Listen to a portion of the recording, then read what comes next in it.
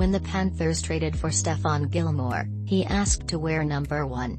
The Rock-Hill-S.C. native knew the importance of the number Cam Newton made famous in Carolina, and his request was partly an homage. But out of respect for everything Newton had done for the organization, owner David Tepper made the decision not to give the vaunted number away. Until this week, of course.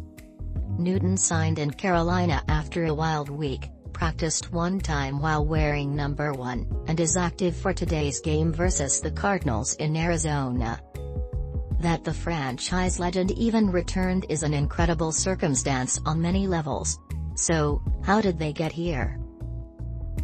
The conversation began on Tuesday night when the Panthers learned for sure that starting quarterback Sam Darnold was out for at least a month with a shoulder fracture.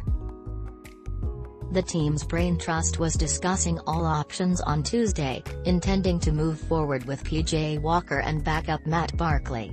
Then the talk turned to Newton. Basically, it was, can we even go down this road? Is he interested?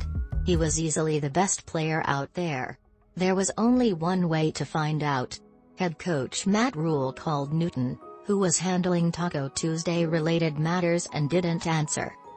He later recalled seeing the name on the caller ID, Matt Rhule, and thought someone was messing with him. The reality was that Rhule heard what he wanted, that Cam was definitely interested.